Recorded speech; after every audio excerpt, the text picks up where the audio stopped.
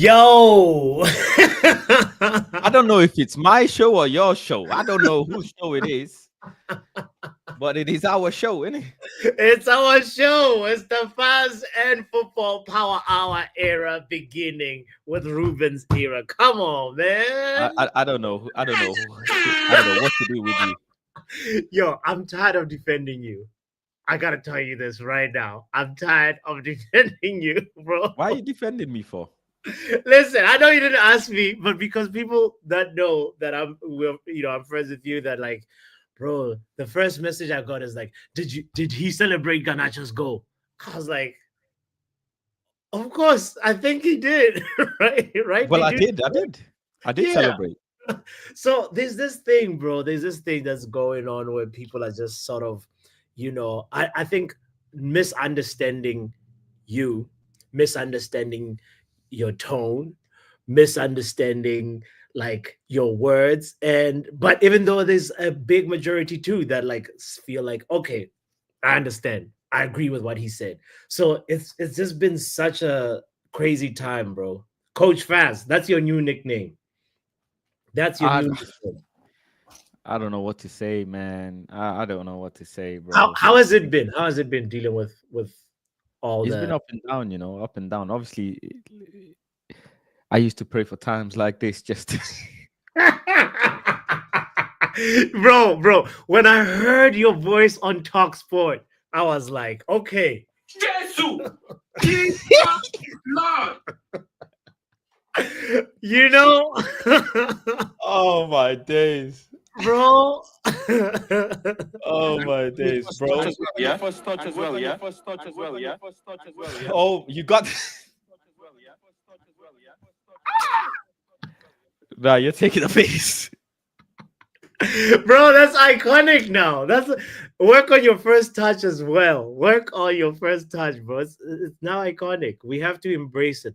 Sometimes, these things happen and you got to embrace them. That's at least what how I look at it. So I'm really curious for you, bro, like how you are doing, and also, first of all, everything banter aside, mental health is good, right? I'm alive, innit? I'm in front of you. What else matters? Yeah. Because at the end of the day, like, so I'll tell you this. Yesterday I had a show, right?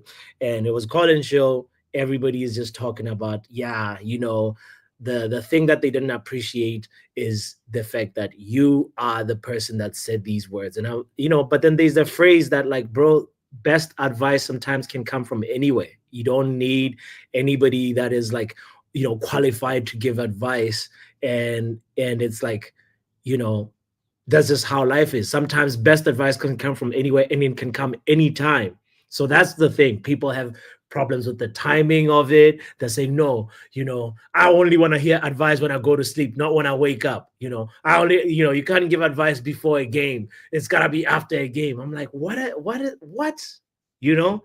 So that's the thing that is baffling for me. And the fact that people were really trying to, you know, interpret your tone and trying to understand your tone, and yeah. So at the end of the day, I even had this like sort of like, inspirational quote. I don't know if you've heard of it, but it says like, if you had $86,400 in your bank account and someone stole $10 from you, would you get upset and throw the remaining 86,390 away? No.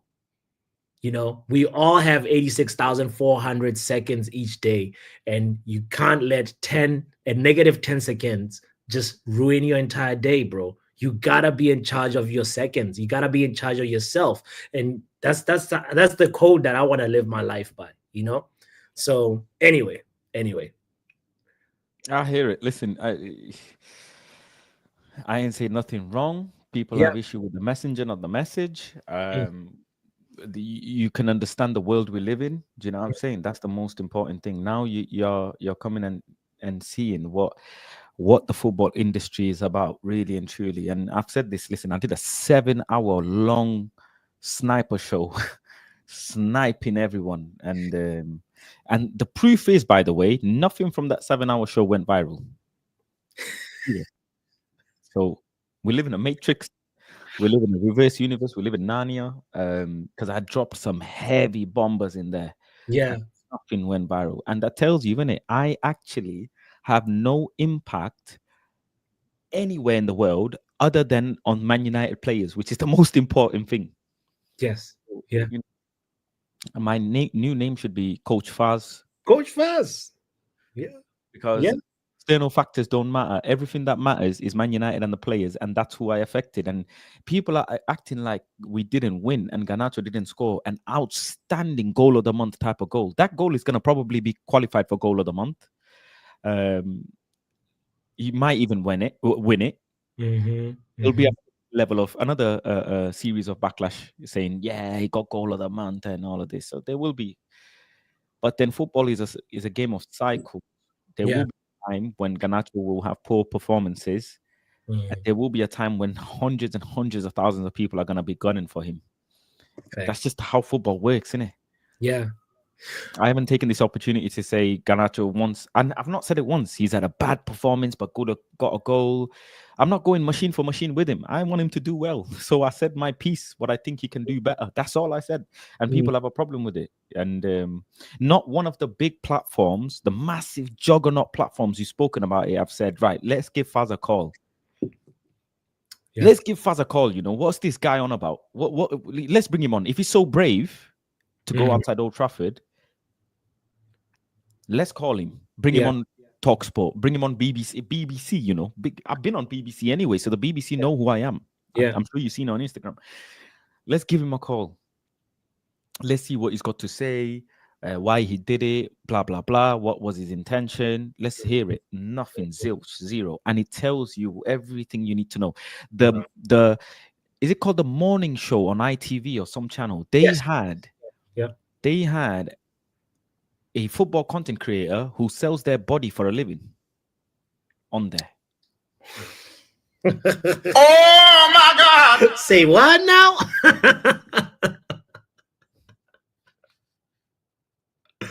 I definitely missed that episode. Are you serious? Right now, yeah.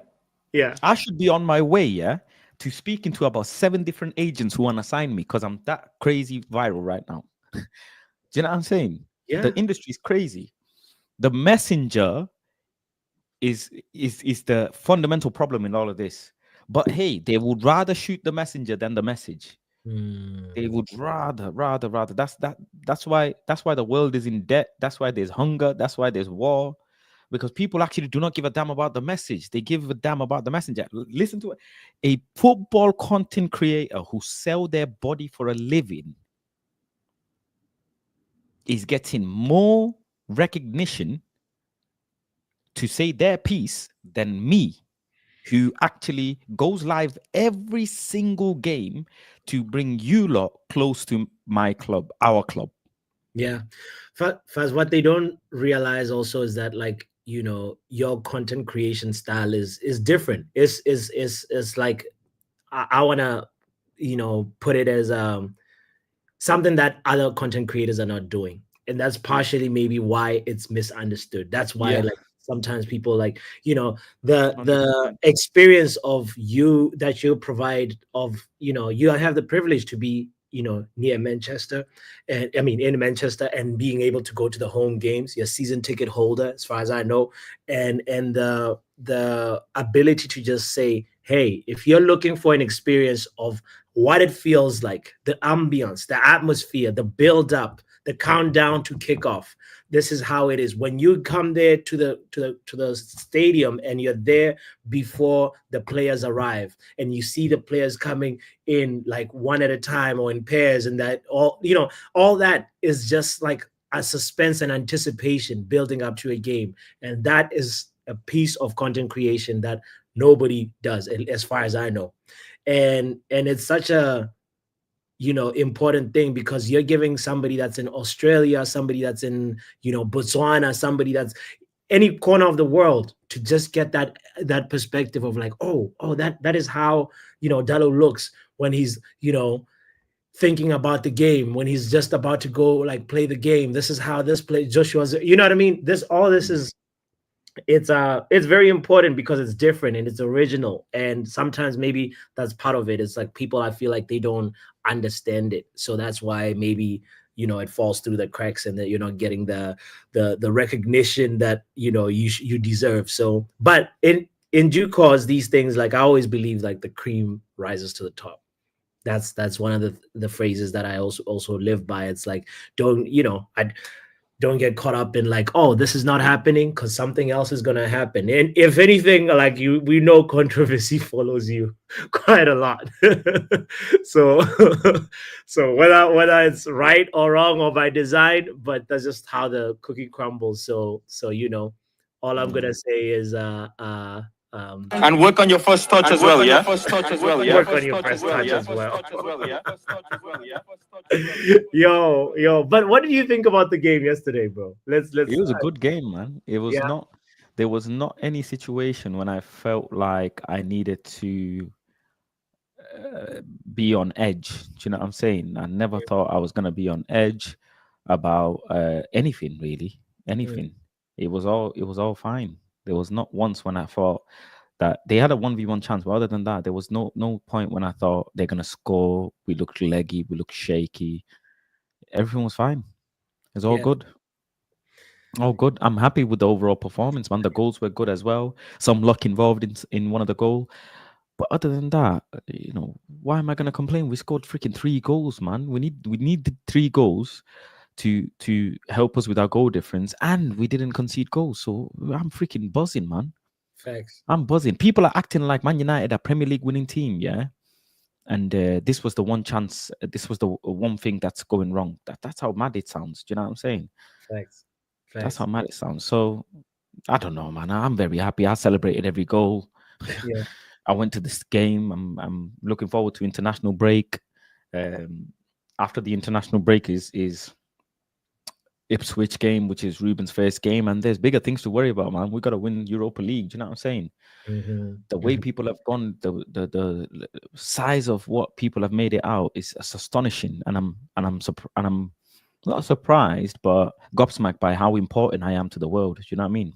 Hey man, that I feel like your trajectory right now is people won't give you your flowers, like until unfortunately until you're gone. Like it's one of those things where sometimes you're appreciated and recognized and known, but like people are not really you know doing the thing, the right thing of just like being give somebody their flowers while they can still smell it, because there's for sure like a wide, like as I mentioned, like a couple of people that really like what you said resonated well, and that's like the message, because like not everybody get a chance to see a Man United player face to face, and that's a privilege. Whether like I don't know if you really know how much of a privilege that is, and to be able to get the opportunity to shout something at the manager if we are within like walking this like meters away from some of these very important people that are important to our club. So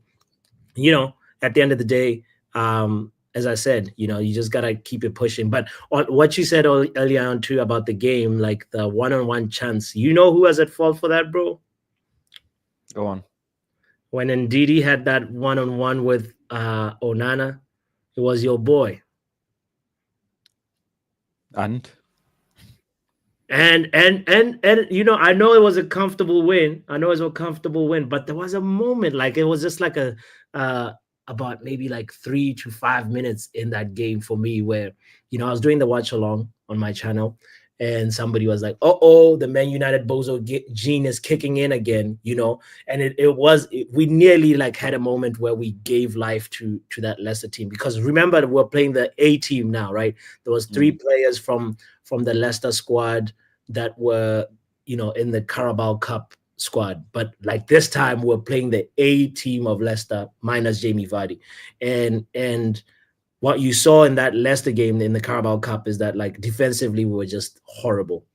We scored, sure, but like we also let in a couple of goals, and we were just sort of like easy to cut through.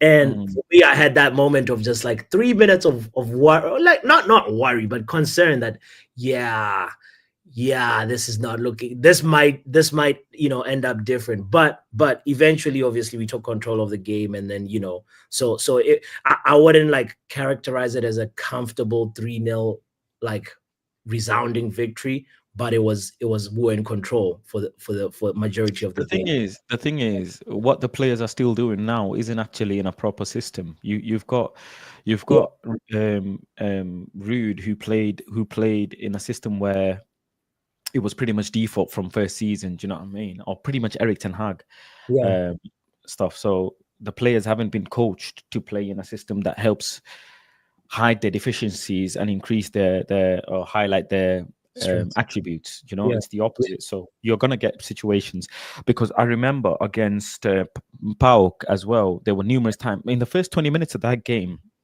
PAOK was all over us and they nearly scored if it were not for a deflection. Do you know what I mean? So no football game is gonna be 100% clear and concise. Man City still concede goals, Real Madrid concede goals. You know what I mean?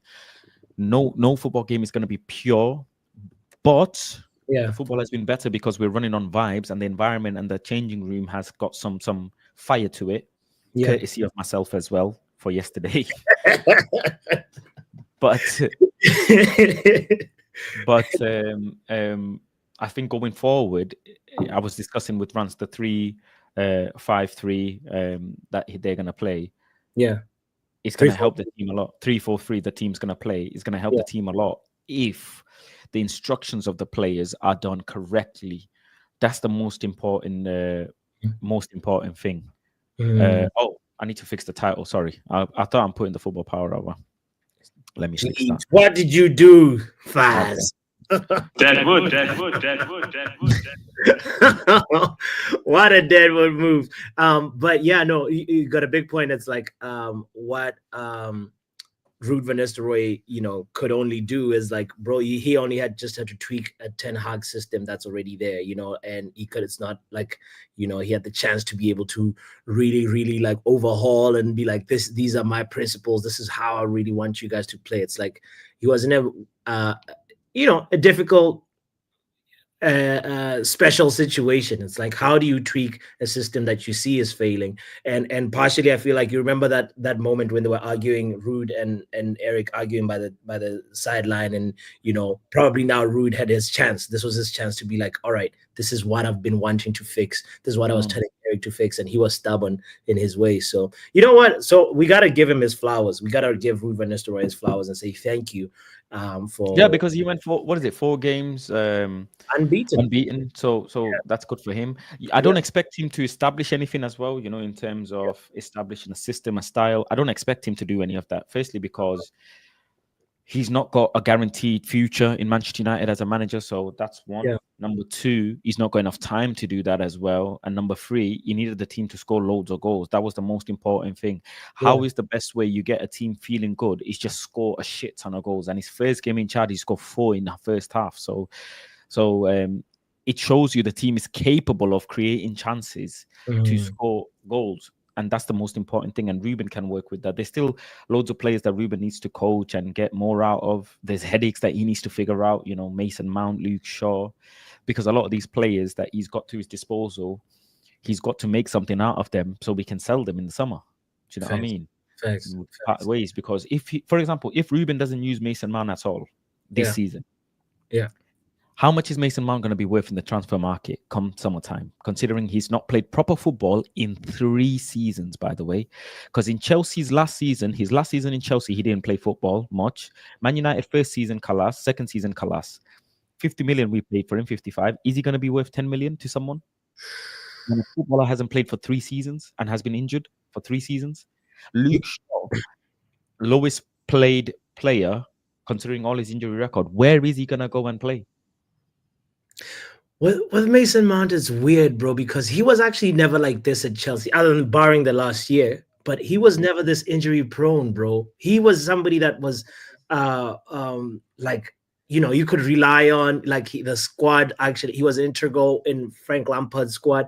Like, it's funny. It's just like I feel like there's some sort of weird juju or bad. I don't even know what to call it. It's pretty much bad luck, to be fair. It is. It is bad luck, because how come a player can be consistent at another club, be available, season after season, and then come to Man United, and then it's just he's depreciating in value. He has a big, Crazy. And not just depreciating in value, but even when he does come on the pitch, what is it that you expect of him to do? What can he bring? What type of attacking stuff do you see from him that he can bring that will elevate the team in the second half of a game? Because I don't see anything. I really don't. I need some creativity in my team. Do you know what I'm saying? I need some someone with ability on the ball in the team, and that is very much missing. We've only got 2 players pretty much or 3 players, I could say, who's got great ability on the ball: Mazraoui, Kobe Mino, Amad Diallo. Yeah. That's all. Other than those 3 players, we don't really have loads of players who are really competent and good on the ball. That's what we need. And when we have a bunch of those players, then you can really say, okay, you can have some great players, some meaty players who can be on the bench. Right now, we don't. Let's be deadly honest. When you see Mazraoui play football, what do you see? You see calmness. You see an ability to beat a press.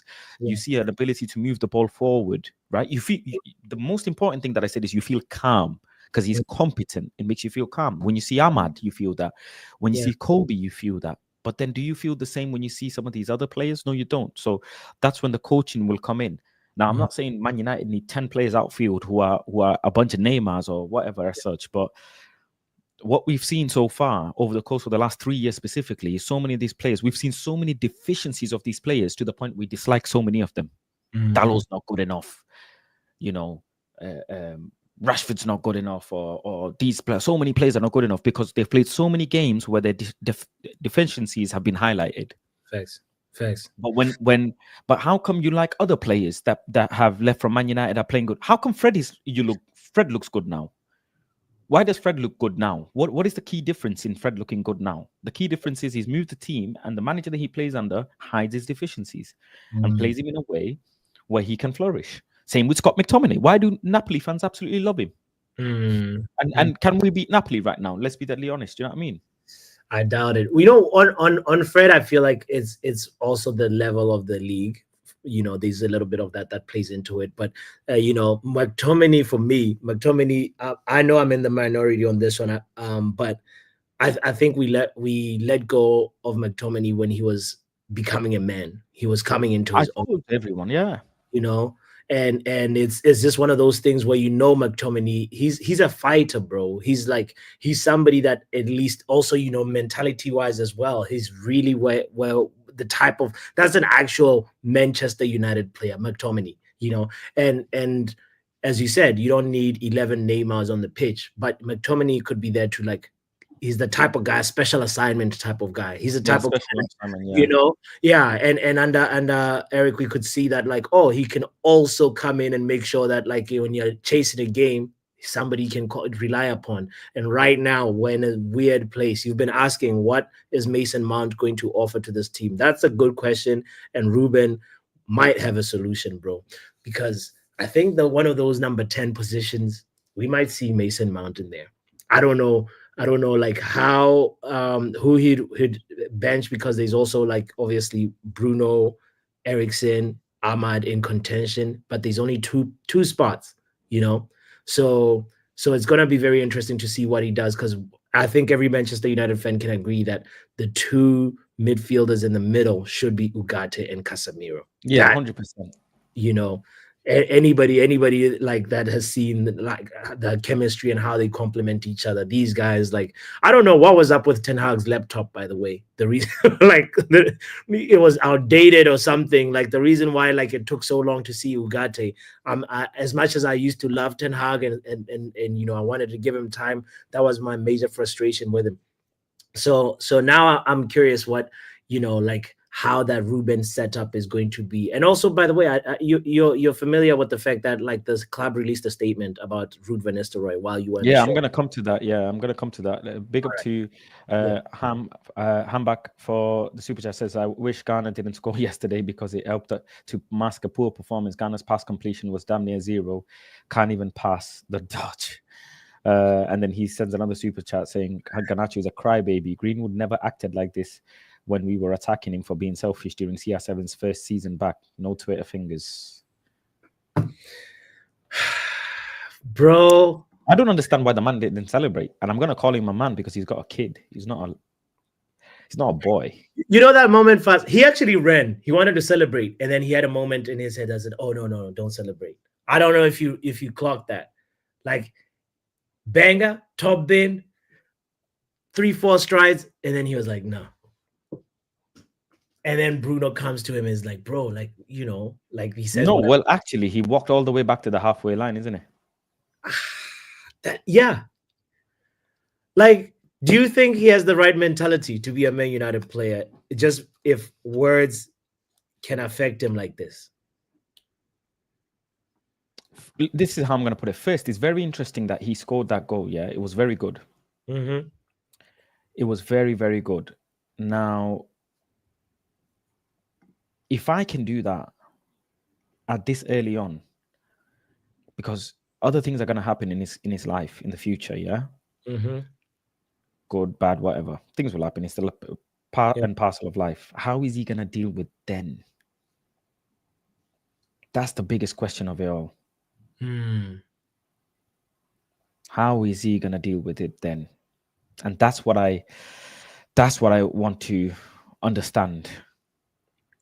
And I hope he can grow.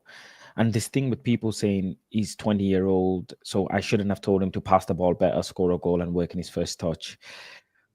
Man, what were you doing when you were 20-year-old? Because I was getting busy, bro.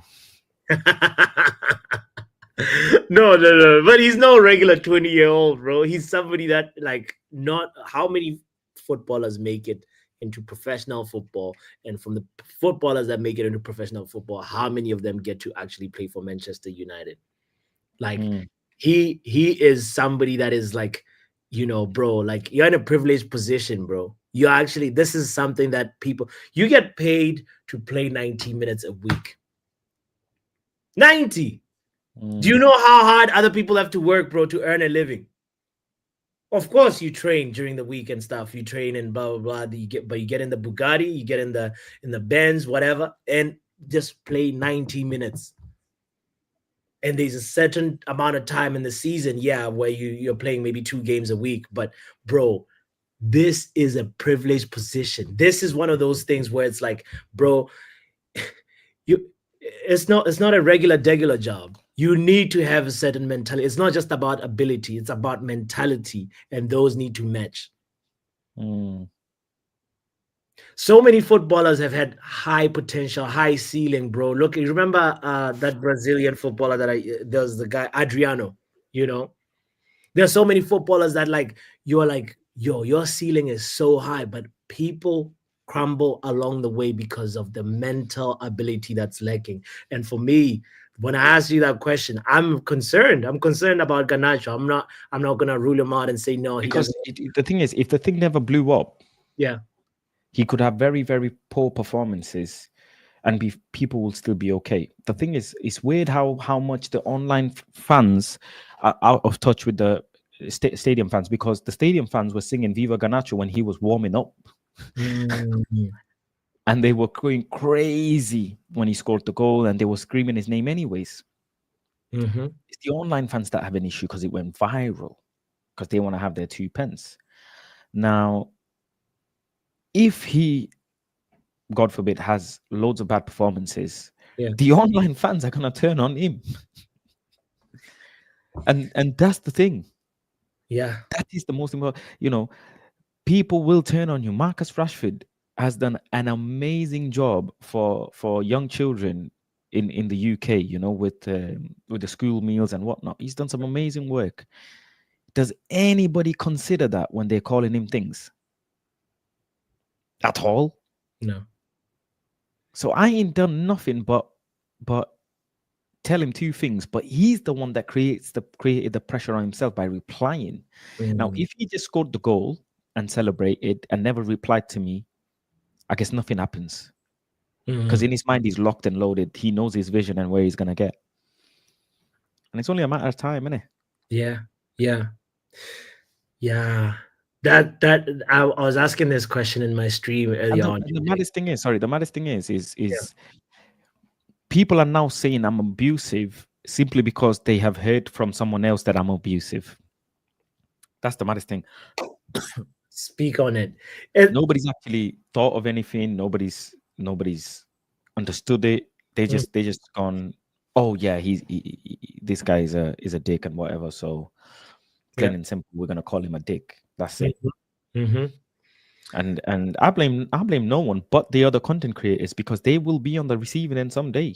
That's just part and parcel of the game. When you are up and coming, or making a name in the content world, there will be a day where you're gonna have your day when they're gonna catch you. Everybody has their day, bro. Everybody has their day. They're gonna have it. Rio Ferdinand had a couple of situations where they called him so many things. Yeah. You know, all of these people will have their day. It's just plain and simple fact. Yeah. And that's why so many people are scared to give their honest opinion. They keep their opinion grey. Do you know what I mean? They keep their opinion grey. That's all it is. Yeah, it begs that question, is like, what about the future? How is he gonna handle pressure? If at all, what some people are saying is true, that Faz is gonna send Garnacho to Real Madrid. I actually don't even know if Real Madrid would be in for Garnacho. At this point, would they?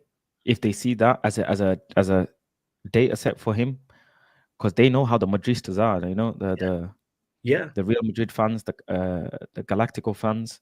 Yeah. They start punching your cars, man. Faz, the question that I asked earlier on was, would you have Garnacho in my stream? I asked this. I was like, would you have Garnacho score 12 Premier League goals and have 12 celebrations, or score 23 Premier League goals and 7 celebrations? You know, it's like because the main thing that I was trying to get at is like, that's a very good question, and I know the answer already. You know, it's like, what are we doing here? A feel-good foundation or an actual club? Like, what is it, bro? Very well put. Are we doing a feel-good foundation? Yeah, very, very well put. Very well put. Because the fact is, it's gone to the point where nobody even cares about the fact that he tried to cut the ball back and he tripped over himself. It's like they didn't notice any of that. I was feeling sorry for the guy, man. The moment that happened, I was like, no, he's mentally gone. He's mentally gone. And yeah, at the end of the day, for me, like, I want a winger should be able to score those things, especially if you're cutting into your dominant foot, bro. That's what's the first thing you practice on the pitch? If you're a forward, you're a winger, and you know your trademark signature is cutting in and shooting.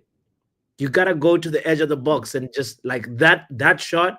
He's done it many times. That's a shot that he's done like well over 500 times in training, you know, or should have done well over 500 times in training. So like I'm not gonna for me like be overly excited about it. Of course I want him to do well as a Man United player. You know, at the end of the day, whether you coach Faz motivates you, or whoever on the street or whatever, or somebody online motivates you, you go on and prove them wrong. We win, we get goals, we win as a club. At the end of the day, it's all for the greater good of Manchester United. And if you can't do the job, then you know, you move out, somebody else comes in. We'll still be here as fans. We're not going to go anywhere. We're supporting Manchester United before Garnacho, and we will be supporting Manchester United after Garnacho. You know? So yeah, at the end of the day, I'm not going to get too overly carried away. I know for me, like, you know, actually put that goal aside, Zirkzee had an impressive cameo as well, you know, looking at the players that came in yesterday as substitutes. And you know, of course, like Zirkzee needs to, you know, start getting numbers as well. Like, you know, if you can't do it versus Leicester City, when are you going to do it? If you can't do it versus, I hope he gets some play time during Ipswich. You know, you know, at the end of the day, you want you want these players to actually show the quality, show why they're the creme de la creme, why they're playing for Manchester United. You gotta be showing it and proving it every single week. It doesn't happen just once on the first Premier League opening day and then you're set, you're good. It doesn't work like that, you know. At least if we want to get to the level that the club deserves to be in, you know. So yeah, man, like you're gonna need some Ruben's gonna come in, and really and truly Ruben's gonna have to look at all of this and say, you know, Man United is gonna have time and moments. This is nothing, right? Forget all of this. In a couple years time, if and when Man United are firing for Premier League title challenges, who's gonna be able to sustain the pressure week in, week out, week in, week out, week in, week out? Then the conversation comes, oh, are they capable of winning the Premier League? Are they capable? Do they have the players? You know, you have that with Arsenal and Kai Havertz. You know what I'm saying? You have that conversation with Darwin Núñez and Liverpool, and they're top of the league. Do you know what I mean? Facts. So all of these players, they're gonna have to need to lock in eventually. Do you know what I mean? Yeah. And the fundamental point is, everybody's just upset because I said it to a player's face. They're just like, oh my God, this is unheard of. This has never happened before. Nobody says anything to a player's face. Work on your first touch. That's like telling a chef, work on how you fry, work on how you use the oil in a pan. Guess what? That's what food critics do. And they're not a chef. Mr. Ramsey would tell you the seasoning is a little too much or something or whatever. You know what I mean? So yeah, you know what I mean. I remember the famous video of Gordon Ramsay being cooked by a chef who said, "This is not pad thai." And Gordon Ramsay is a 5-time Michelin star chef or something like that. And a normal chef just went and told him, this is not a Michelin, this is not pad thai. Do you know what I mean? Yeah. And Gordon Ramsay was shocked, absolutely shocked. And then forever people said Gordon Ramsay can't cook a pad thai. Oh Lord. Yeah, man. At the end of the day, like on the flip side, like, you know, we're saying all this and still recognizing how important mental health is, how important like a player's well-being is. But you can't let the small things like this that will always be there anytime you're in the limelight affect you so much. That's where I stand with it. It's like, you know, anytime you're in a public arena, know that there will be people that will come towards you and like what you're doing, and some people that will be just generally by default negative, and some people that, you know, are not necessarily feeling that will be indifferent, you know. So you have to just know that's that in the back of your mind every single time. So yeah, I as I said, I'm truly worried. The moment he stopped, like cut his celebration short, I was like, bro, this is not good. This is not good. But I want him to keep going. I want him to keep prove it on the pitch. We've seen time and time again people that have, like, you know, say, you know, the regular example of Ronaldo. You know, we saw Ronaldo when he was playing for Juve, and you know, Atletico Madrid said, oh, this guy's finished. This guy's cooked. You know, he had a stink of a performance in the first leg. And you know what he said? He was like, okay, me stink, huh? All right, we'll see you next week. Next Tuesday, he came through, scored a hat trick. That's elite. That's mentality. That's backing yourself. That's knowing you have confidence in yourself. And at the end of the day, you need players like that. I look at Manchester City's Rodri, bro. You know, Rodri, I don't think he has an Instagram. I don't think he is in social media like that. Well, he's not had it since he was a young player, he said. Get me 11 Rodris, bro. Not even in ability, but in terms of character, in terms of like mentality. They know I have to focus on football. I have a privileged opportunity right now. You know? Ruben has a lot of work cut out for him. He does, to be fair. He does. He does. Yeah. He's going to have a lot of work to do with this team, especially in the system that he wants to play and the way that he wants to play. Because if he does go into a 3-4-3 system, there's many players that are going to have to get cut. You're going to need players, that are very competent on the ball, real competent on the ball. And a lot of these players that people are hyping up or liking, they're going to have to go. They're gonna have to go, and Who do you Ruben's and Ineos are gonna have to bring in players that are gonna be able to hold the ball, because that's the fundamental of a three at the back. Do you know what I mean? Yeah. It's not a counter-attacking system. It's a system where you're gonna play out from the back.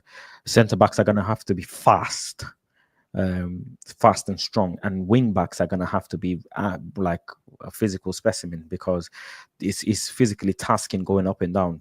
It's like I saw this thing before where a fullback has to go up the pitch, cross a ball, come back to his position within like certain amount of seconds, all the way from his fullback position, all the way up, carry the ball, cross the ball perfectly, and then come back to his fullback or wingback position. And to do that over the course of the 90 minutes, yeah, it's very tasking. Can you see some of our players be able to do that? Let's be specific. Victor Lindelof. He's gone. Not gonna last. By default, he's been here too long anyways. You know, when you've had players for that long, you're gonna have to part ways with and rejig the team anyways. How old is Lindelof? I think he's 29? 29-ish. Yeah, somewhere there. Lindelof 29, if I'm not 30. mistaken. 30. He's 30 years old, yeah? Mm-hmm. It's done. We've had him too long. Harry Maguire will have to go. He's 30 as well, no? You don't think Maguire would survive? Maguire's 31. Maguire's 31. He's got to go. De Ligt. No, De Ligt stays. Stays. Licha. He's going to be on the bench, or he's going to have to be the wing back. At times, because it's Lenny Euro's time now. You know, it also will depend if what Ruben thinks of, like, how much he values height in his center backs. Like, I see what you're saying about wing back, but does he have the ability to really run like that and do the thing that you're talking about, put it across and then get back to a defensive shape within a specific amount of time? I don't know. Okay, what about Lenny Euro? We haven't seen much of him, but your guess. I'm just curious. Lenny's going to start over Licha, in my opinion. Yeah. In the back three. It's simply because it keeps the continuity of the height with Martinez, with De Ligt and the Euro. And then maybe they might use one of the other centre backs to be on the third. But where is Martinez going to go, really and truly, in that back three? I think Ruben's going to go for a taller centre back, in my opinion. Yeah. It's just as mad as it sounds. Malacia. He's going to have to become a wing back. So and he's a competent wing back. I like Malacia. Yeah. I like Malacia. He's going to be a competent wing back. So he'll stay. Luke Shaw will have to go by default. No, what if Luke? Come on, hold on. Is it because you don't like Luke Shaw? Like what? I mean, I don't have to like or not like him, but I can't like a play. He's not an athlete, is he? He's always injured. It's nothing. He's not going to be of use to us throughout the season if he's always injured, and it's a shame. It's a shame. It's an absolute shame, because he's actually a very good fullback when he does play, but. Yeah, I don't know, man. He's not gonna. He might play a couple games and then get injured again. But even if he, let's say, stay fit again, man, we need to part ways with Luke Shaw. He's 29 years old. Yeah, he's 29 years old. Do you know what I mean? Yeah, going into 30 by the time next summer comes. Yeah. So we got a back line of average age of 30 years old with Maguire, Lindelof, Luke Shaw, Johnny Evans. Four players in the back line that are over 30 years old or 30. So yeah, it's looking retirement-ish. Yeah, bro. Gotta go. Yeah, hopefully like a young guy like Harry Amas could fit in possibly a left wing back. Possibly, but again, in a back three, if you play De Ligt in the middle, Euro on the right, Martinez on the left, Luke is gonna have to be a fullback. But then there's Malacia, who's younger, faster, stronger. You know, but again, questions about Malacia. Is he gonna be able to stay fit throughout the season? Because we don't know yet. Hambak says, does Faz read super chats? Bro, I think you missed it. I've already read your super chats. I brought them up on the screen and read them, bro. I think you might have not been on the show at that time. Go on. Let's go to midfield. Well. Before we finish, Andre Onana obviously, Stays. Dallo stays. Bayern stays. Yeah, Probably. Bayern is a very good goalkeeper. Yeah. Tom Heaton. What are your thoughts on Tom Heaton? Should we keep him? NA, no comment. Nothing. He doesn't have an impact. He's 38, bro. Next season is 39. Like, what is Tom Heaton's role? It's just that it's just there to set up the cones. To help with training, I guess. Yeah. Training. All right. Let's go to the midfield. How do you think Mason Mount is feeling about Amorim coming in? Whenever a new manager comes in, all the players feel like I have a chance, to prove myself, because they really do. You never know who ends up shining under a new manager and gets a restart and refresh in it. That's why so many players end up staying. Mm-hmm. You know what I mean? Unless you're a top class player that does really well under every manager in training. Yeah, I don't see Mason Mount working in the. Come on, but if he can stay fit, bro, I think there's space for him. I think if he can stay fit. What position? Right-sided number 10. So who's gonna? Okay, right-sided number 10. So let's put him there for now, right? Mm-hmm. Okay, let's put him there for now. Let's go through the rest of the list, then we'll touch back on that. Christian Eriksen. He's gonna go. He said that he's gonna go anyways. Yeah. I saw the post-match interview where he was saying, well, if they put a contract on the table, I will strongly consider it. And I was like, no, this guy, he's gonna go. Okay, Casemiro. I'm gonna keep Casemiro for another season at least, unless I get 45 million on the table. I'm gonna keep Casemiro. Okay, Ugarte. Obviously, he stays. Yeah, he stays because he's Ruben's guy anyways by default, so he's gonna stay. And then we got Maino, probably our best. Stays, yeah, by default. Yeah, Collier, Dengor. I think Collier is gonna get sold. Why do you think that? I think a lot of academy players Man United have, they're gonna sell them. They're bringing them in because they've got injuries to main first team players. Collier wouldn't even get a position in the bench, considering how many first team players are injured. We've had 2 goalkeepers on the bench for how long? Jeez. How are you going to make space in the bench? You've got first team players who need to sit on the bench. How does it even make sense? Yeah. Do you think Ethan Whitley would be in the bench? Faz, he's got an ability, bro. He's got a ceiling. So did Alvaro Fernandes. So did Chia Lacey. So did Mason Greenwood. So did Makeda. So did so many players. Adnan Januzaj, Dan James. So loads of players. It's gonna get sold, in my opinion. For me, Collier, if we sell him with a buyback clause, then maybe that would make sense. Okay, what about the class of 92 method? Yeah, the class of 92 youth. That's part of our culture, and I get it. And you'll get the odd players that will come through and that will do really, really well. But that group of player was 1 in a billion, man. That you're just not going to get that sort of quality coming out because there's so many academy players in Man United that are not going to come to the first team, whether you like it or not. And it's a mad structure that Sir Alex Ferguson created and the history that he created, which is great. But it's not going to be going forward, bro. Man City sold Cole Palmer, and that just tells you everything you need to know. Yeah, but I think they don't regret it. I mean, Cole Palmer wouldn't be as good if he was still at Man City because there's just too overload of instructions. Like there you go. So there's some of that as well. But anyway, you've seen these kids play. Dengor, how do you rate Dengor? What do you think is the future? Not going to be in that Man United's first team. Why do you say that? It's too many first team players. Way too many first team players. They've spent 50, 60, 70 million on some of these players. There's just not enough space to get to what you're going to do. Sell Mason Mount for 20 million and give Dengor a chance. No, you're not going to do that. It's just not financially worth your risk. You're going to sell Dengor for profit and keep Mason Mount in the books. And you've got to replace Eriksen as it is. It's not going to make sense financially for Man United to do that. Okay. What about so let's move to the forwards then. We got Joshua Zirkzee. Will he succeed under Amorim? Do you think he can develop him?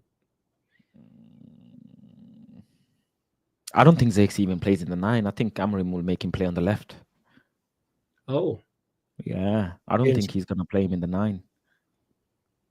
And interesting. this is all based off the fact that we're going with the 3-4-3, by the way. Yeah. Because my man might not do the 3-4-3. He might change it all up and keep the 3. I don't know, 3-2 something, or the 4-3-3 or 4-3-2-1. He might go with all of these other formations. We just don't know. But if we're going with the 3-4-3, I think he'll play him on the left and Ahmad on the right, because we'll have a better chance of keeping the ball further up the pitch. Because right now the team is very dependent on gung-ho football. Rashford and Garnacho and Bruno, they love Rashford and Garnacho. They love balls in behind. That's their forte, counter-attacking. They don't like holding up the ball and dribbling past the player. Yeah, Rashford certainly doesn't, anyways. Whereas Ahmad, on the other hand, does. Antony, on the other hand, does. So he was asked this. Ruben Amorim was asked if he's going to play a back 3 at United, and he was like, "I have to start from something I know very well, and then develop that with the players. We don't have much time to train. There are many games, so I'll start from a structure I know very well." So, and we saw Ralph Rangnick coming through as well, like with his, 4-2-2, and it took him about 20-something minutes versus Crystal Palace to realize that, oh no, these guys cannot execute. Because we're so dependent. Our key players are so dependent on playing the type of football. Our key players that can only play one type of football. That's why a lot of them are not going to last. It's not going to last. You know what I think like might be the game changer. Once he realizes, it's going to take him a little bit of time to figure out who are the perfect ideal wing backs for us, because the just from all the things I've been reading about how he plays, it's just like, the wing backs are so crucial. They're so crucial to the attack, so crucial to the defense, that if you don't have the right wing backs, it almost kind of falls apart. So he just has to get that right, and it might take him a couple of games. Hopefully, like, people have the patience. How our fan base is, Yeah. So anyway, okay. So we spoke about Zirkzee. What about Rashi? Marcus Rashford? I think this is Rashford's last season. I think they'll end up selling him last 1 or 2 seasons. Okay. I don't think he gets another contract, basically. Bro, he gets another contract. So when does his contract expire? Let's see. Oh, we have to be tactful about this, because this is pure profit. June 2028. That's Marcus Rashford's contract expiring. I feel like we need to make cash out, find a way to like sell him and not just let him run down his contract. 2028, man, and we're in 2024. He's got a lot of my pay. It's gonna be a long way, bro. By 4 years, he's gonna be 31 years old, bro. Jesus! This is kind of crazy. And like, if you put him on wing back, he's gonna struggle with the defensive part of the wing back. For me, like, it's funny because you realize, like, this guy, like, he has some things about him that can make him a good footballer, but he just never, like, other than that one season, you just never really, really, really see him use his tools well. He's just like one of those people, one of those cooks with like ingredients that could make a good meal, but he just keeps on messing up, So anyway, Rasmus Hojlund. As mad as this sounds, I think he's gonna coach him. Yeah, I think under Amorim, I don't know. I might be very wrong. I think under Amorim, he's gonna try and replicate what he did with the Gyökeres. Yeah, that's what he's gonna try and do, because Rasmus is so young. He's got so much to learn, so much to learn. But then you look at Samuel Meridian, who's 22. How old is Meridian? 21. I'm not sure. Let's see. How old is Meridian? Let me check. I'll check for me, please. Yeah. Somebody please 20 years old. Oh, Lord of mercy, man. How can you be 20 years old? What do they feed him? What do they feed this guy, man? This guy is freaking on another planet, bro. Damn. This guy, But Samuel Meridian should never come to Manchester United. We all know why. Do you know what I'm saying? He shouldn't come to Manchester United, bro. That's going to be a different conversation in itself. Yeah. Absolutely biggest conversation in itself. So Ahmad, if he's 20 and yeah. the thing is, Man United, and I don't know if Ineos are going to take that big of a hit to let Rasmus go, because Zirkzee's their guy. Ineos signed Zirkzee based on the profile of him. Do you know what I mean? Are they willing to do the same and get another profile of player? Is Ruben going to say, look, I know I've not got veto power, but Gyökeres is my guy, but I don't care. All of these players that you lot have brought in, it's great and whatever, but I have like one or two players that I want by default. No matter what, I need these players. You know, with Hojlund, yeah, I see what he could be, but he also needs to hear the same message as well as Zirkzee. And work on your first touch as well, yeah? Like there's some polishing that needs to happen. He's somebody that could become a really good player. He's only like what 21 years of age, and Rasmus Hojlund. Yeah. Right. And if he gets the right coaching and he listens to the coaching, like, bro, he's actually got pace. People don't realize how fast he is, and like, in my opinion, he could probably race Marcus Rashford.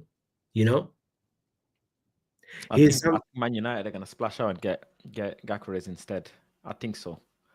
I have a feeling, but let's see. You know, we don't know under this new regime hasn't gone and got any superstars. Yeah. That I can think of. Anyways, they've not got any superstars. There might be a lot of hidden gem wingers they're gonna go and get, for all we know, and accommodate these strikers. I want that. Give me players that are, one, cheap, players that are all about football in their lives, players that don't really care then about the stardom and being in front of the limelight. We got Mazraoui type players that can be like, if we find a Mazraoui type by signing that can be a forward, that would be great. Okay, what about Amad Diallo? What do you think? Does Ahmad have? I think they're gonna give Ahmad a new contract. I think they're gonna keep him. If they're smart, they're gonna keep him. Big up to run for the raid as well. But I think they're gonna keep Amad Diallo, man, because it makes sense, innit? Yeah, it makes sense when you play him. The team plays so much better, so much better. I think the formation's probably gonna consist of Ahmad, Rasmus, and Rashford starting week in, week out. That's what you're gonna see. That's what you're gonna see, because Nacho makes an impact off the bench all the time, so they're just gonna use him as a bench player. And when when they're ready to sell Rashford, by that time, Man United's gonna get another winger, anyways. I hear you. So by default, you're obviously saying Garnacho. Look at that Leicester winger, Fatau. I think what's his name? Yeah. I think it's Fatau. Wow, man. Where do they find these guys, man? Yeah. What about the Brighton winger as well? Which one? Andingra or Andingra? Yeah, that's the one. Yeah. Where do they find these players, man? That one is. He's from Wakanda land, bro. From Africa. Look at Savio. Look at Doku. Yes. You know what I mean? Like, silly, man. Absolutely silly players. And we need a bunch of them. Yeah. They've got Grealish, Doku, Savio all fighting. All fighting, man. Fatau played at Sporting with Amorim. Okay. If that's the case, yeah, bro, bare wingers are getting. Oh my God, what can I say? Yeah. What can I say, bro?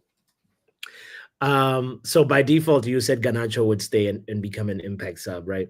Yeah, he's gonna stay as an impact sub. What about Fatau was in Sporting before he went to Leicester? Yeah, he was at Sporting. He was at Sporting, valued at €1 million. What?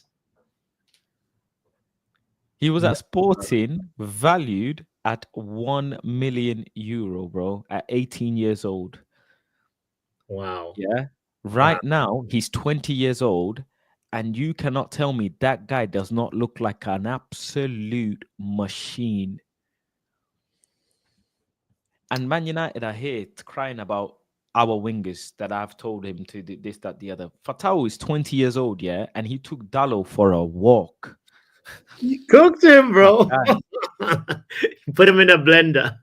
No, but he didn't score. He didn't do much. Yeah, He but didn't you do can much. tell the Boy, quality. he can ball, huh? Yeah, that's the He true can quality. ball, huh? And Mhm. he's valued right now around 20 million, something like that, 15, 20 million. Yeah, that's the type of signings we should be going for. That's the type of signings we should be going for. What about Ethan Wheatley? Do you think he has a Gone. chance? Gone. Gone? Gone, G. Gone. Why? Gone. He ain't What? gonna. Ethan Wheatley is not going to be a Manchester United first team player. What You has need he to- done, or what has he not done? I don't think he's physically developed enough, and his game needs to improve. Look, they said this about what's the other striker for Hugo? Joe Hugo. I've Yeah. seen Hugo live about 4 times outside of a Man United shirt while he's on loan, and I swear to God, if I'm lying, yeah, I saw him and then realized that's Hugo. I didn't even go to the game thinking, oh, Hugo is playing today. Let me go and see him, bro. I just went to neutral games because I go to so many football games across the country. Yeah. And I looked at Hugo when he got subbed off, and I was like, wait, that's Joe Hugo. I was like, yeah, now I get it. Damn. Let me see this. Ronald says, if United decide to sign Victor, who are you both ready to let go? Zirkzee or Hojlund? Keep considering 3 young strikers won't make sense of our system when we're going to play with 1 striker. I'm ready to let go of Zirkzee then because, Hojlund then. I keep getting them confused. I'm ready to let go of Hojlund because Zirkzee is not an out-and-out 9. Hojlund is. So we're replacing an out-and-out 9 with an out-and-out 9 who's a better out-and-out 9 and a more senior, polished out-and-out 9, whereas Zirkzee can play different positions. And managers love players who can play different positions. I'm on the other side of that one. I feel like I would let go of Zirkzee and keep Hojlund. Why? Because I don't like, when a player comes in and then you gotta like change the whole system, change the structure. Like Hojlund is more of a up and coming jokerish. That's how I look at it. And so I want to replace like for like, get a player. Like what happens if when Hojlund is injured, that Victor is there. If Victor gets injured, hopefully you hope that Hojlund will be there. Like, I understand his injury record is not looking good right now, but I still feel like there's a lot more raw ingredients in Rasmus Hojlund than Joshua Zirkzee. Interesting. Don't get me wrong. Like Zirkzee, I respect his game, but I need a forward, bro, that like is a menace. Is somebody that I know that like, because this is how you look at it. This is how I look at it first.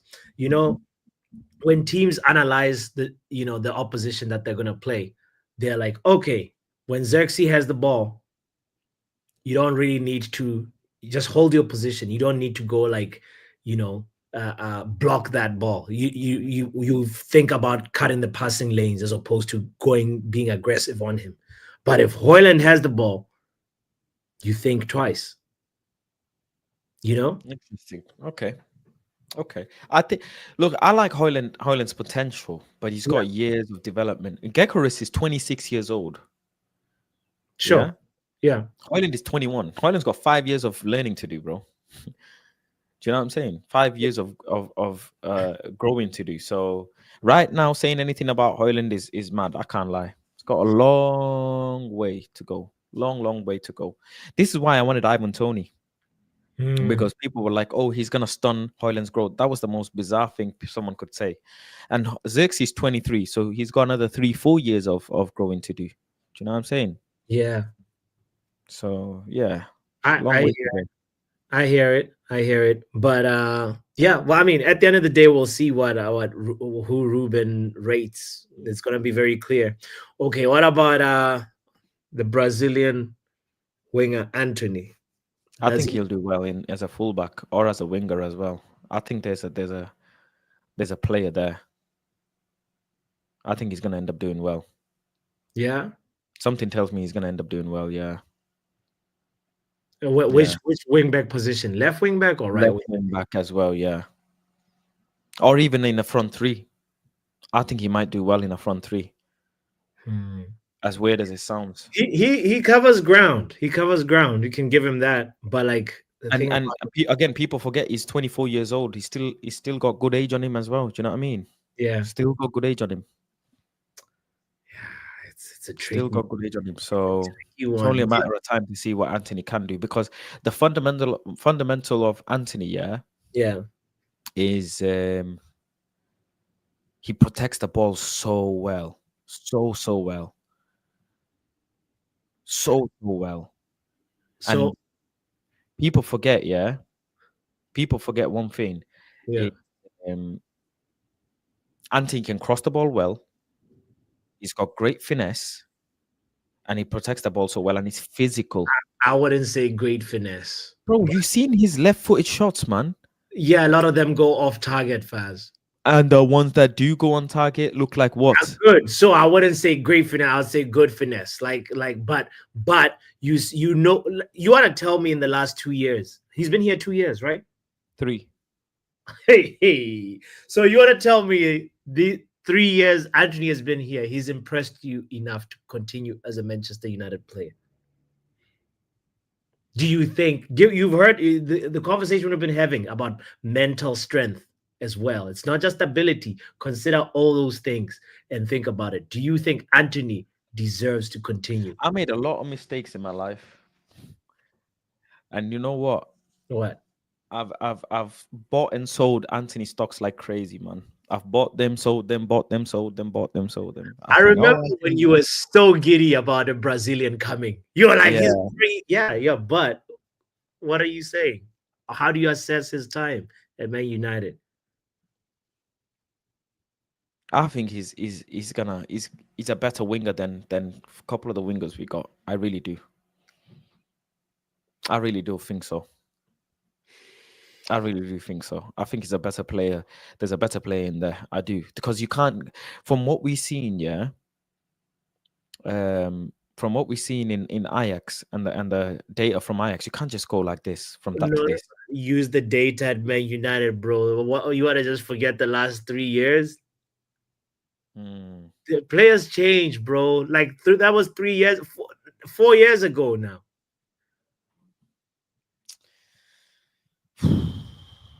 I mean, he's Ten Hag's boy, and even under Ten Hag, he's not been able to do much, which is a bad information. And the money that we paid for him as well. I don't think Man United probably will take the loss, because who's gonna match any of his wages and take him? Be deadly honest, you know what I mean? So I hear it. I hear it. So your reasoning is not based on footballing reasons. It's now But financial reasons have to have a big implication as well. If he does well, Man United financially do really well. Do you know what I mean? Sure. So Yeah. yeah. But yeah, that's our squad. I mean, we have Jadon Sancho, who's on loan, and hopefully will be a permanent Chelsea problem. Yeah, they've got a buy-in clause, don't they? So they're gonna end up buying him anyways. Yeah. So what are you saying now that, like, are you the thing about Ruud van Nistelrooy, bro?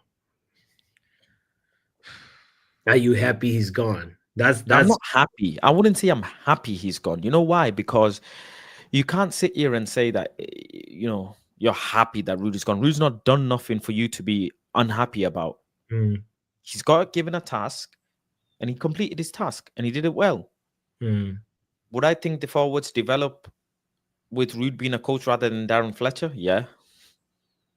Would I rather have Darren Fletcher or Ruud? I'd rather have Ruud.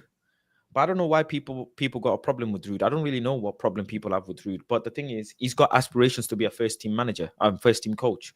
So he's not going to be sitting around doing shooting drills with the forwards, really, is he? That's not his aspirations. He doesn't need. And Young Willie said his lineup were Ten Hag-esque. So what? He got the lineup like Ten Hag-esque, got the team scoring, and that's it. His job is done. Now it's Ruben's time to come in and Ruben to do everything else. You know what I mean? As interim coach, head coach, yeah, he got the team to score, but like he had 6 weeks as the attacking coach. Anyway, that's how I understood. Like that's his role, right? So we know very well that we've been having a negative goal difference until yesterday. Mm. Do you think that Ruud van Nistelrooy did his job as an attacking coach? Forget the head coach. Of course he did. He's got 4 goals in one half, bro. As Against Leicester. We haven't done that since no, no, 2021. no. Forget him as interim head coach. Like when he was asked to be the attacking coach. Because this is a conversation. Here's what I think, Faz. Sometimes the sentimentality, Ruud van Nistelrooy as a striker is great. Ruud van Nistelrooy as a player, that's the thing that's clouding our judgment on this. That's what I want to just like put some light on right now. That like, so if you judge, say, Benny McCarthy and Ruud van Nistelrooy, who did a better job? Obviously, Benny. So He's got bigger sample size.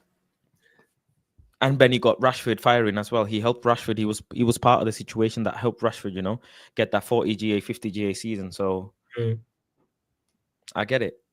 But at the end of the day, if the team is coached properly, then everybody performs well and everybody gets the forward line firing. Really, you know how mad it is. We're magnifying the issue so much because of how bad Man United have been in the past 3 years.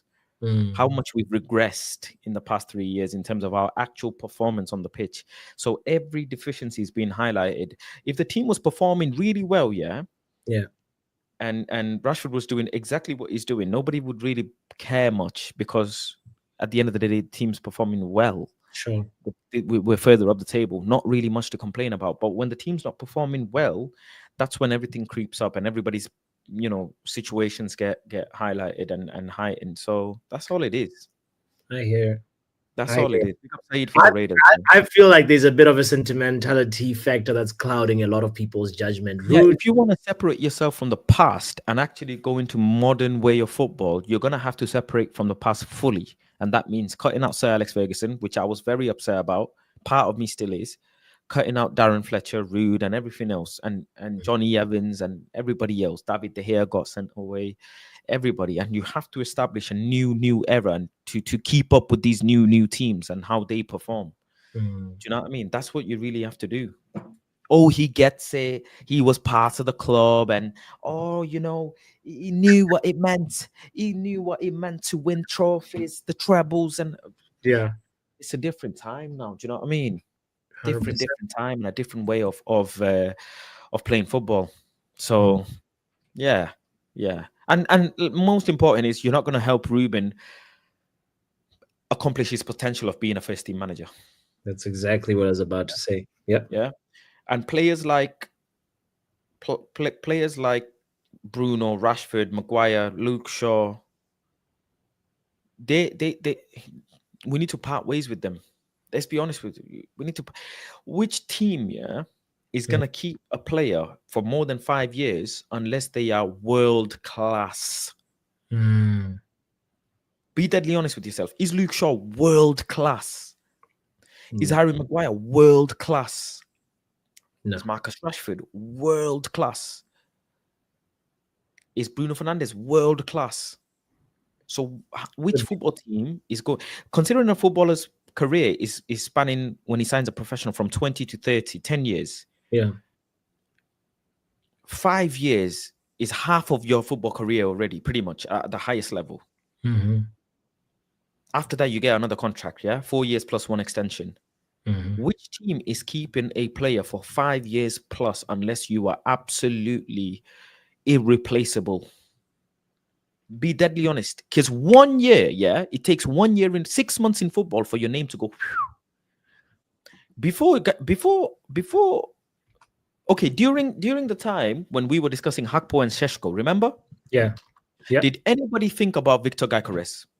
No. Samuel Meridian? No. 6 months later, 7 months later, a year later, Victor Gyökeres is now the guy. It's moved on now. Evan Ferguson was a guy last year. Moved on now.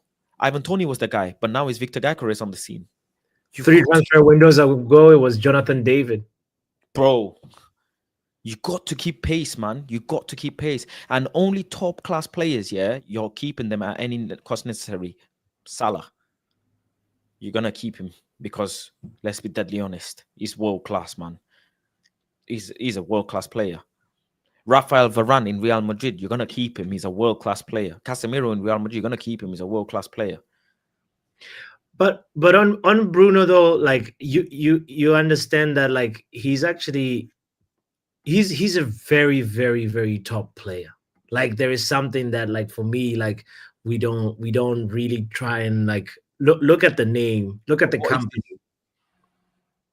250 games score for Manchester United. Look at the company he's around. Okay, and he scored 83 goals, yeah? And he's not a striker, by the way. Okay. Sometimes he's been asked to play deep. Most goals scored after 250 goals, yeah? 83. Okay. Come on now. Right. Bro, Ole Gunnar Solskjaer was a bench player.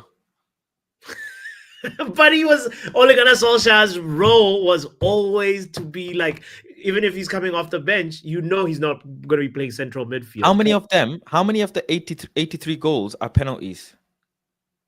Okay, that's a point. That's a point. A lot. I'm sure a lot. What percentage of the 83 goals are penalties? What percentage of the 83 goals are from open play? And what percentage of the 83 goals are from free kicks? 83 goals is a very good number, by the way. Make no mistake. Make no mistake. A very, very good number. Numbers don't lie. Numbers make any bad food taste good. You know, it's like the seasoning. Numbers are great. But let's look at the ingredients. Do you know what I mean? Bruno Fernandes has scored 1 Premier League goal from free kick, direct free kick. 1. Oof, that's not good. In 4-5 years, 1 direct free kick in the Premier League. Eriksen has scored 8. No, but not for Man United though, right? No, doesn't matter. Okay, you play for Spurs, or you play for United. I play for Spurs. Whichever way you look at it, I've scored 8 direct free kicks. You've scored 1. Who's the next set piece taker? The guy who scored 8. Let's say me and you, we play for Sunday League. Sure. It's you. You're taking the free kicks. You're the one that should be taking the free kicks. Okay. Yeah. Let's go with right. Okay, so that's established. Yeah. How many of Bruno Fernandes' corner kicks have led to a goal? I remember one where during Pogba days, one where he just hit it straight to Pogba. Pogba was outside the box, but it's a long time, bro. There's gotta be one after Pogba. Let's see. How many of Bruno Fernandes' free kicks can you remember? Can you remember more free kicks where Can you remember more Bruno Fernandes corner kicks that went inside the box or struggled to beat the first man? Here. A lot that have struggled to beat the first man. I rather would have Mason Mount on corner kicks. I hear you. How many passes of Bruno Fernandes do you remember that went to the player or the ones that didn't go to the player? Come on now. There's a lot that have gone to the player. That's part of his job. He takes the most risk averse passes. He's the one that actually is supposed to be the one to take the ones that have a low percentage of or low probability of actually making it to the destination. You know what I mean? Someone say you can't have Bruno conversation with me, Faz. Listen, Leicester game, Bruno was great. I think Bruno did really well. Sure. Really, really well. Leicester game. I like the way he shifted his body while he had the ball. Yeah. He did some things really well. Got out of tight positions really well. Passed the ball well. Overall, had a really good game. If he had more of those games yesterday, then I think. And that's. Did I mention the goal? By the way, I didn't mention the goals. I mentioned just simple football things that he did. Forget the goals. Those things I enjoyed watching him do. And if he does more of them things, then Man United will be in a better position. But the sad part is he's going to be 31 soon. Or is he just turned 30? Yeah, I think he's 30, turning 31. 31. So, yeah. But and as a football club, you got to... One thing we do really poor is we don't move players on when they still have some value. We rinse them till they're finished. Let's say we use Bruno until his football career is over. Yeah, he's gonna be fighting until he gets a Premier League, man. Bruno Fernandes pass accuracy is 31. I don't even know. That's someone fact check that because that's crazy. 31%. That is crazy. Someone fact check it. Ronald will fact check that. If it Nah, is 31%, I can't no, believe I- it's 31%. that has to be fabricated. I don't think it's 31. Yeah, that's why I said someone fact check it. Someone has Yeah. to fact check it. Well, if it's this season, right? Just a quick little Oh, Google. so he said I'm joking. He's 70. Okay, thank you. I was like, I know he's not Attended. world class, but Yeah, I was like, what? yes. Get out of here, man. No, but he's not. Here's the thing: it's like he's a good player that I feel like you can build, organize an attacking force around, But I understand. It's like you know the point of view that you're saying of like sell him while he's still got good value. These other players you can go for. Hopefully we can attract the likes of like the Musialas or the Dani Olmos or like or like these other top number 10s out there that we can find. Man, listen, bring Cole Palmer home, man. Or Cole Palmer. That's Bring him home, man. That's a But shout. Ruben's system, he doesn't play with a 10. Yeah. You see, he's got fullbacks, two That's right. central midfielders. Yeah. And his 10s might play up on the sides, really. Mm-hmm. Two 10s might play on each side. So Foden is a very good example who plays a 10 and can play on the sides as well. Bernardo Silva is a great example who can play the 10 and play on the sides as well. So it might be interesting to see how many players. Listen, you know what? I'm excited. You've mentioned so many. Can these players work under Ruben, bro? Yeah. I'm excited to see which players he lets go. Which players are Man United brutal enough to let go? Just list them on the market. Mm-hmm. That's what I'm very much interested to see. Are Man United capable of saying, listen, at 20 years old, Fatau is absolutely doing a madness. Adingra, madness. Lamine Yamal. I always get Lamine Yamal, isn't it? That's how you say it. Yes, Lamine Yamal. 17 years old. Do you know what I mean? Yeah. Are Man United going to turn around and say, right, we're going to be ruthless and Garnacho, Rashford, Bruno, Antony, these wingers, they've got to go. All of them. Mm-hmm. All of them got to go. Every Yamin Lamal. I always get it confused, his name. Lamine Yamal. I get it confused. Lamine Yamal. L-Y, not Y-L. Yeah. And then go and get more midfielders in. Do you know what I mean? Yeah. Because that's what we need. We need proper midfielders. We need like Enzo Fernandes type of midfielders. Players like that. Players like Caicedo type of midfielders in there. Mm-hmm. That's the type of Ryan Gravenberch type of midfielders in there. And that's why I'm so strong on not letting Casemiro go. So strong, because the moment we let Casemiro go, the next player that slots into that position is Mason Mount. The next one up in the list. You asked me earlier on, you said, where does he play? We'll come back to that. And for me, this is why I feel like Mason Mount, if he stays fit, he might be able to work. He might be able to actually be So let's look at it this way, yeah? Yeah. Majority of Mason Mount's games in Man United, this is what Amorim's going to... Oh, my thing is blurred out, so let me... Closer. Yeah, it's out of focus. Let me unblur it. There you go. Yes. Majority of Mason Mount's game has been played...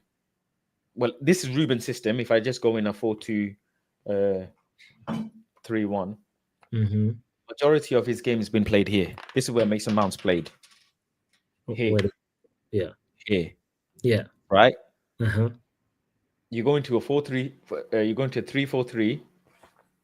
If Mount plays here, right? Let's say you want to put Mount here. Yeah. Ahmad has to go here. You've got a bunch of wingers that are unhappy. You've got Rashford here, bunch of wingers that are unhappy. Mason Mount is not a winger. He's a midfielder. He's got to go here. So the moment you let Casemiro go, okay, now Mason Mount has to play with Ugarte. If Ruben Amorim can find somehow in training that, Mason Mount can progress the ball well. He is a good ball carrier. He's got competence on the ball. Then fair enough. Mm-hmm. I'm looking forward to be proven wrong, man. Yeah. I really am. but I don't see it happening between Ugarte. Do you think Mason Mount's the type of player who can get very physical in a game like Ugarte and Casemiro? Because I don't see it. No. I don't see it.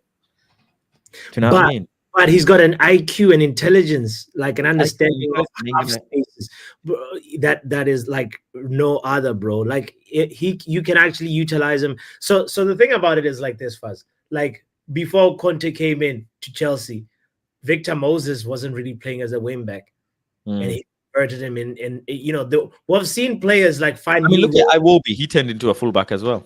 Yeah. So for me, there's this thing that like this belief that I have of just like Mason Mount might just be the guy.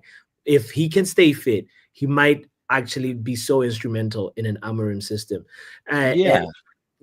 And the reason why I say that, like you see that like that right-handed side on your board right there.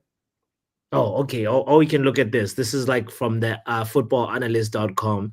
You know, it's just a little report on sort of Amorim's you know, formations and like how he likes to set up in the low build up, you know, and how his team looks in a high build up. But the part that I want us to focus on right here, it's about the final third, attacking the half space.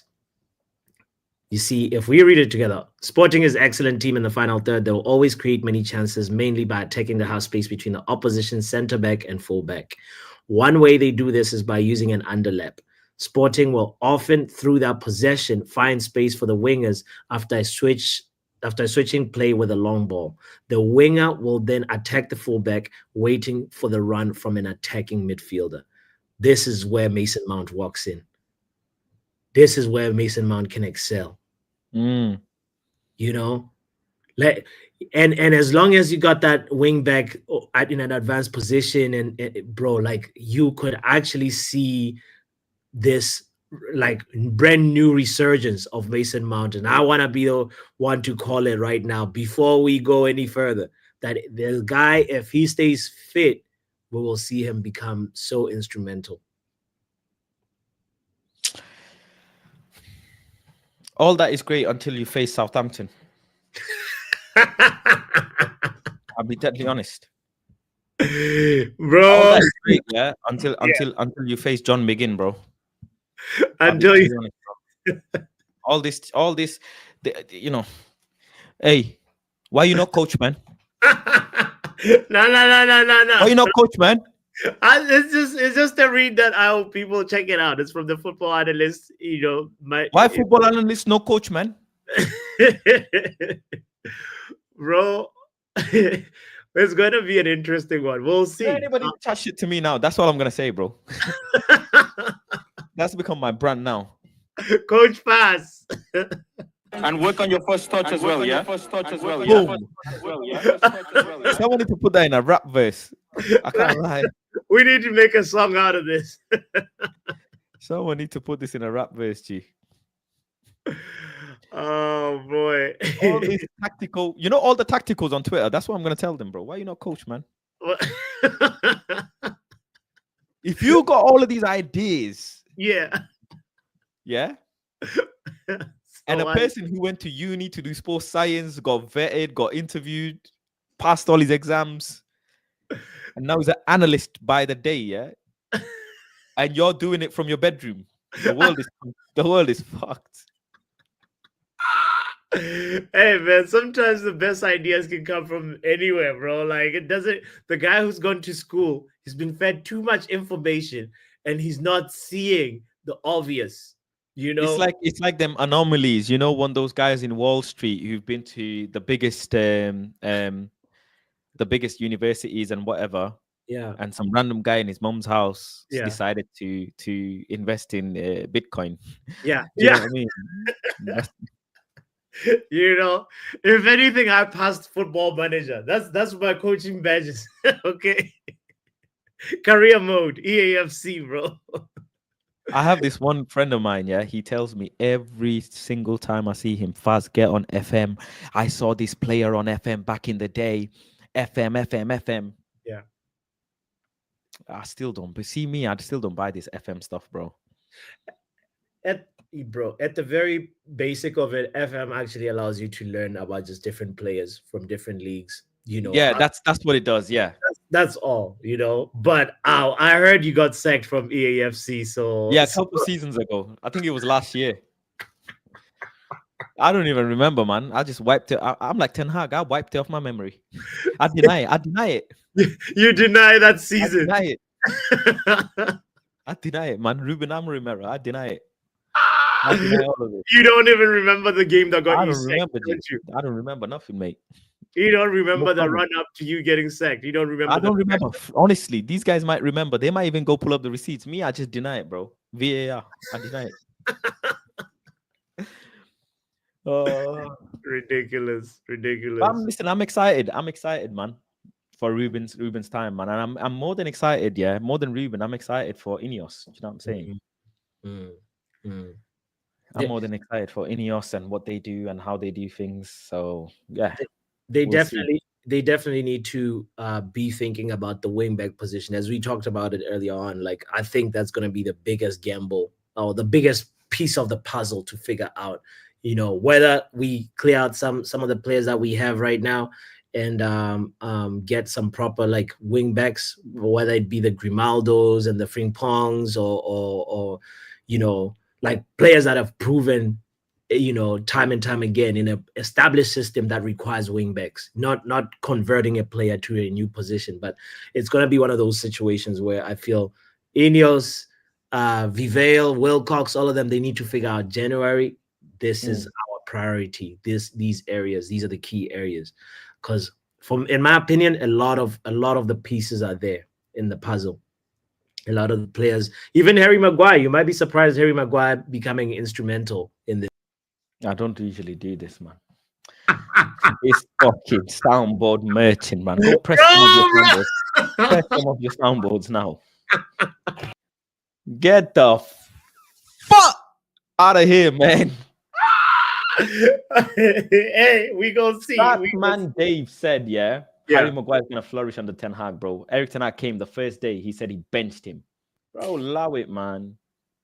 No, but if you think about it, Eric Ten Hag's first centre back pairing was Maguire and Licha.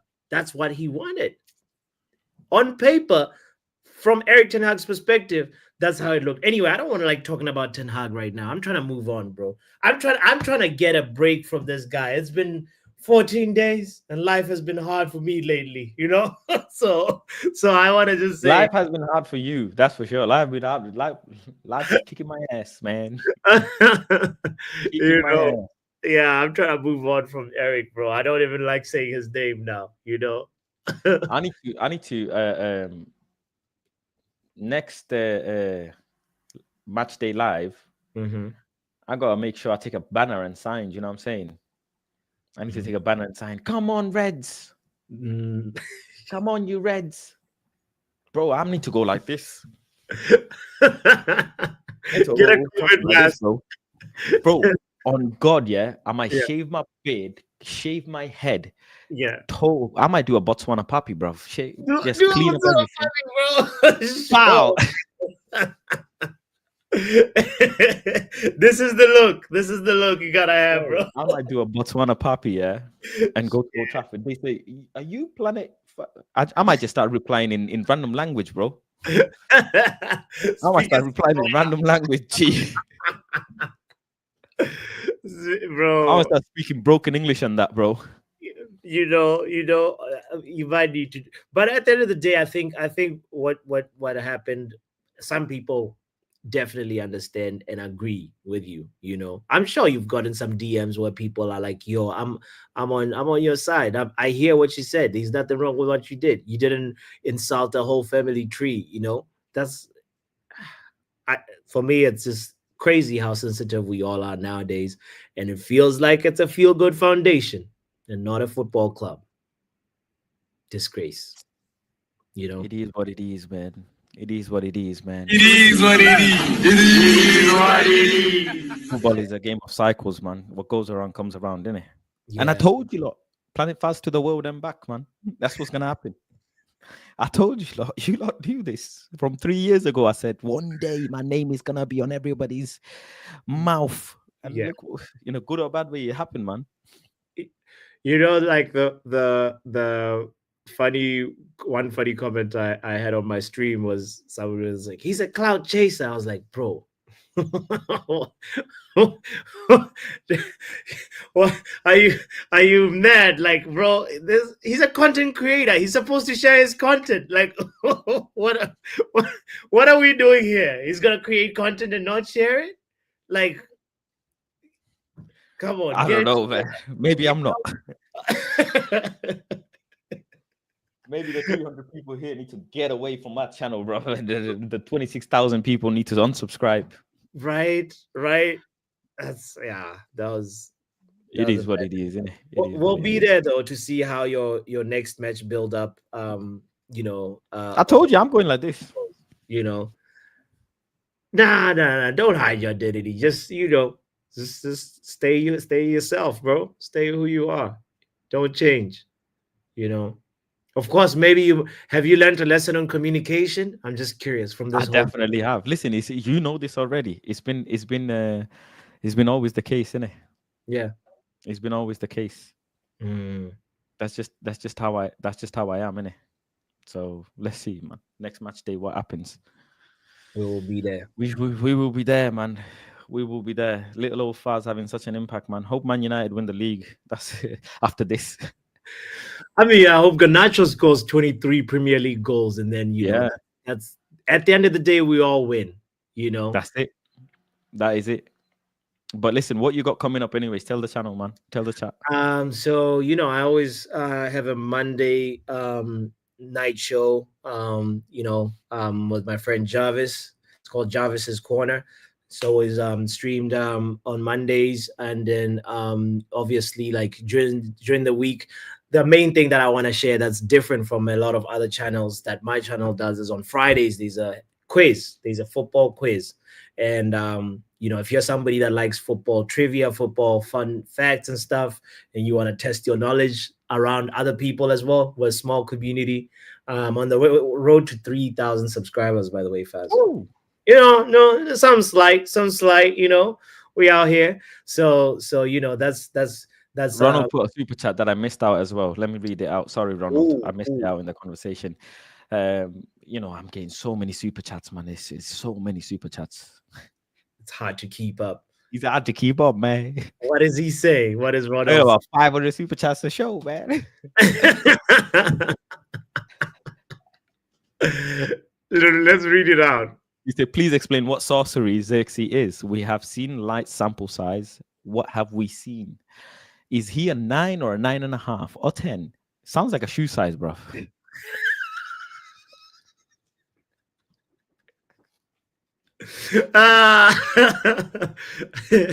Like we're trying to decide on Nike or Adidas or Asics shoes, bro. You might be a 10 against Southampton, but a 9.5 against Chelsea. Oh Lord! It just depends on the. That's funny. He says he's a jack of many trades and master of none. Zirkzee giving Wout Weghorst vibes. I can't lie. He's not wrong. He ain't wrong at all. Zirkzee's Wout Weghorst with the afro. He ain't wrong, bro. He ain't wrong at all. Right now, matter of fact, how many goals did Wout Weghorst score for us? I remember like maybe one. There was one in a cup game as well. I remember how many times he slid trying to score a goal. Because he was sliding in the box. But you can't deny the fact that Zirkzee plays like he's lagging. Like when you're playing FIFA and the Wi-Fi connection is bad. At least that's what he is right now. Like, I want him to succeed. I hope that he proves me wrong. But I still stand on my assertion that Hojlund would be a much better project to develop for Ruben than Zirkzee. For sure. Yeah, I hear that as well. I do. Yeah. I do. Anyway, guys, like the ting, subscribe if you're here. You can find me at Football Power Hour. Thank you to my brother here for this opportunity and this conversation. So big up to you, man. And we're gonna do this show every Monday after I do my live with Rans. So it's gonna be a regular show. with Football Power Hour as well. 100%, 100%. You and your soundboard, man. I gotta leave you with this. And work on your first touch as well, yeah? Big up to the people, man. Take care, love and guidance, man. I'll catch you on the next stream. Yeah, we're gonna